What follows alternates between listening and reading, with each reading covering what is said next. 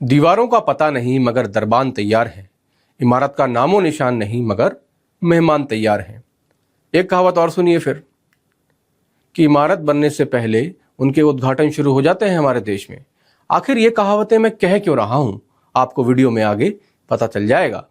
जरा सोचिए, अगर आपको बताया जाए कि एक अस्पताल है जहां डॉक्टर भी हैं, नर्स भी है, स्टाफ भी है, लेकिन अस्पताल की बिल्डिंग ही नहीं है साहब।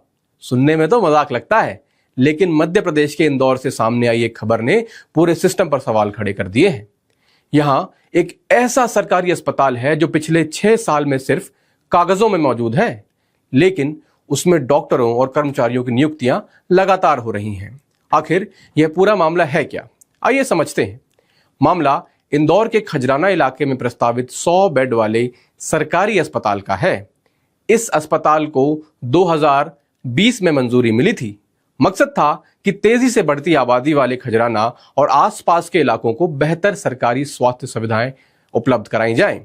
लेकिन 6 साल बाद भी अस्पताल की इमारत नहीं बनी साहब। जमीन का विवाद अभी तक खत्म नहीं हुआ है। निर्माण कार्य शुरू तक नहीं हो पाया है। हैरानी की बात यह है कि इमारत नहीं होने के बावजूद सरकार ने इस अस्पताल के लिए लगातार नियुक्तियां जारी रखी। है ना चौंकाने वाली खबर। द इंडियन एक्सप्रेस की इस खास रिपोर्ट के अनुसार अब तक करीब 87 पदों पर, गौर से सुनिएगा, 87 पदों पर डॉक्टर, विशेषज्ञ, medical officer, nurse, lab technician, pharmacist और अन्य कर्मचारियों की नियुक्ति की जा चुकी है। हाल ही में जून महीने में एक लेबोरेटरी टेक्नीशियन का भी नियुक्ति की गई। यानी अस्पताल मौजूद नहीं है, लेकिन स्टाफ जरूर मौजूद है साहब। अब सवाल उठता है कि अगर अस्पताल नहीं बना तो ये कर्मचारी कर क्या रहे हैं। इंदौर के मुख्य चिकित्सा एवं स्वास्थ्य अधिकारी के मुताबिक इन कर्मचारियों को फिलहाल जिले के अलग अलग सरकारी अस्पतालों और स्वास्थ्य केंद्रों में तैनात किया गया है। यानी जिन पदों पर नियुक्ति हुई है वे पूरी तरह बेकार नहीं बैठे हैं, बल्कि दूसरे अस्पतालों में सेवाएं दे रहे हैं। ये मैं नहीं कह रहा हूं, ये प्रशासन कह रहा है। और प्रशासन का कहना यह भी है कि जैसे ही जमीन का विवाद खत्म होगा और अस्पताल का निर्माण शुरू होगा, इन कर्मचारियों को वहीं भेज दिया जाएगा।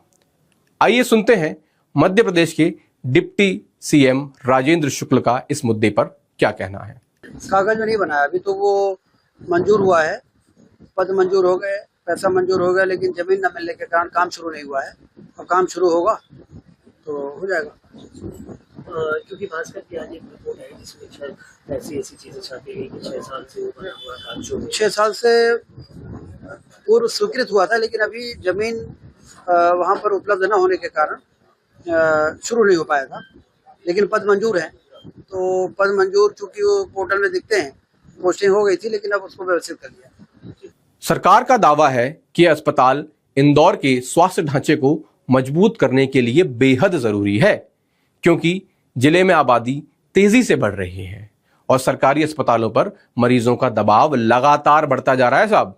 लेकिन इस पूरे मामले में कई बड़े सवाल खड़े होते हैं। पहला, अगर जमीन का विवाद खत्म ही नहीं हुआ था तो पहले नियुक्तियां ही क्यों शुरू कर दी गईं? दूसरा सवाल, क्या 6 साल तक एक परियोजना का सिर्फ कागजों में रह जाना सरकारी योजनाओं के क्रियान्वयन पर सवाल नहीं उठाता है? और तीसरा जरूरी सवाल यह है कि क्या जनता को समय पर स्वास्थ्य सुविधाएं मिल पाई, यह परियोजना सरकारी फाइलों में ही अटकी रह गई? सवाल तो बहुत गहरे हैं, पर जवाब कौन देगा? सरकार का तर्क हो सकता है कि कर्मचारियों की सेवाएं दूसरे अस्पतालों में ली जा रही हैं, लेकिन सवाल यह भी है कि जिस अस्पताल के नाम पर भर्ती हुई उसका निर्माण आखिर कब होगा, उसकी नींव कब रखी जाएगी, उसकी नाम की ईंटें कब लाई जाएंगी? इंदौर जैसे बड़े शहर में स्वास्थ्य सुविधाओं की जरूरत लगातार बढ़ रही है।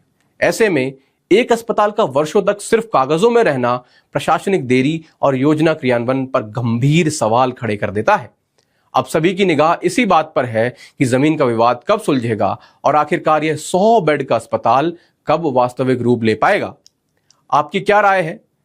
क्या सरकार को पहले अस्पताल बनाना चाहिए और फिर नियुक्तियां करनी चाहिए, या कर्मचारियों को पहले नियुक्त कर दूसरे अस्पतालों में भेजना सही फैसला था क्या सरकार का? क्या मुख्यमंत्री, मध्य प्रदेश के मुख्यमंत्री मोहन यादव इन सवालों का, इन गंभीर सवालों का जवाब दे पाएंगे? मुझे तो नहीं लगता, क्योंकि जनाब पहले से ही अपने करीबियों और खुद के नाम पर दुनिया भर की जमीन खरीदारी में लगे हुए हैं। अपनी राय कमेंट बॉक्स में जरूर बताइएगा। अगर आपको यह वीडियो जानकारीपूर्ण लगा हो, अच्छा लगा हो, तो उसे शेयर कीजिएगा और CFTV को सब्सक्राइब कीजिएगा। मेरा नाम प्रखर तिवारी है। मिलते हैं आपसे अगली बड़ी खबर और बड़ी अपडेट के साथ। जय हिंद, वंदे मातरम।